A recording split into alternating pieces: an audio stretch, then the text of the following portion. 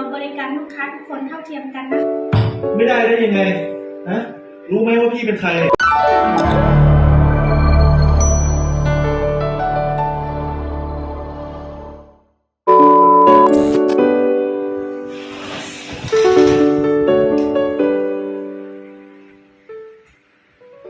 อ้าวนี่ใครเนี่ยเขาปล่อยให้มานั่งอยู่ในห้องเย็นได้ยังไง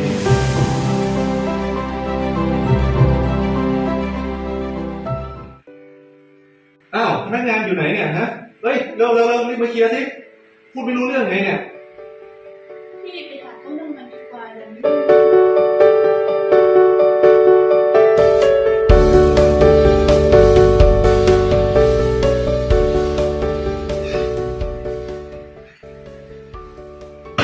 เฮ้ยพนักงานอยู่ไหนวะเร็วมาเคลียร์ดิ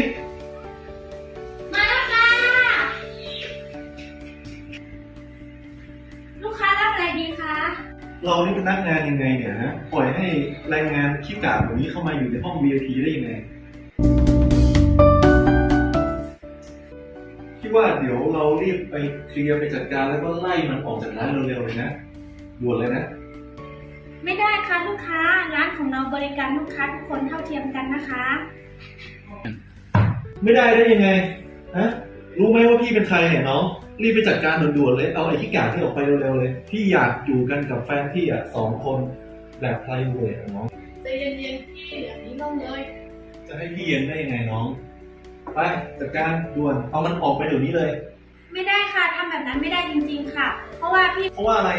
พี่อยากรู้เนี่ยฮะมันเป็นลูกเต้าเราใครหรือมันเป็นใครมันใหญ่มาจากไหนเพราะอะไรถ้าน้องไม่จัดการให้พี่เดี๋ยวนี้ตอนนี้นะ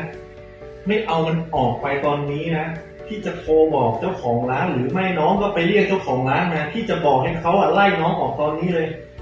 โอเคไหมไม่ได้ค่ะหนูทำแบบนั้นไม่ได้จริงๆถ้าพี่ให้หนูไล่เขาออกหนูไล่พี่ออกไปจะดีกว่านะคะทำไมน้องทำไมถึงไล่มันออกไปไม่ได้น้องรู้ไหมว่าพี่เป็นใครพี่หยุดสักทีเถอะถ้าพี่ไม่ยอมออกไปดีๆนะเดี๋ยวหนูจะโทรเรียกรปภมาลากตัวพี่ออกไปนะสรุปมันเป็นใครกันแน่น้องนะทำไมพี่จะไล่มันออกไปไม่ได้พี่อยากรู้ใช่ไหมว่าเขาเป็นใครเขาเป็นเจ้านายหนูไงเป็นผู้บริหารของที่นี่ค่ะ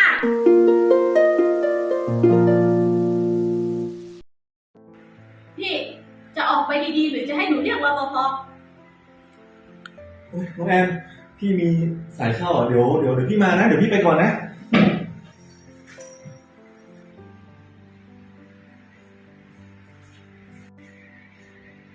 พี่จะให้หนูทำอะไรต่อไหมคะไม่มีอะไรแล้วแต่ถ้าปั่นแล้วเดี๋ยวทางนี้ผมจัดการเองค่ะ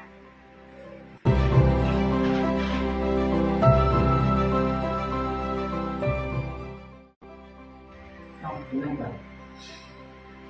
สุดาเที่ยวเบอร์วันนั้นเข้าไปจ้องแต่สุดาจะดีเลย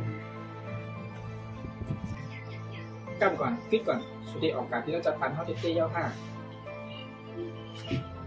ทานข้าวพัดสปาเนื้อนากล่อมนี่ผมพูดแต่เป็นฟู้กำก่อนตีเอาในกะเดี๋ยวมาสุยุมจำจัดปันโฮเทล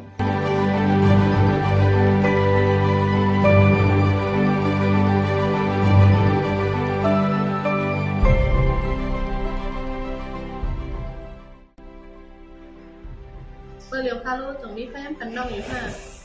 จัดปั่นคนเข้ามันก็เหมือนตั้งวิตามินซีนะอันที่มันตั้งใจ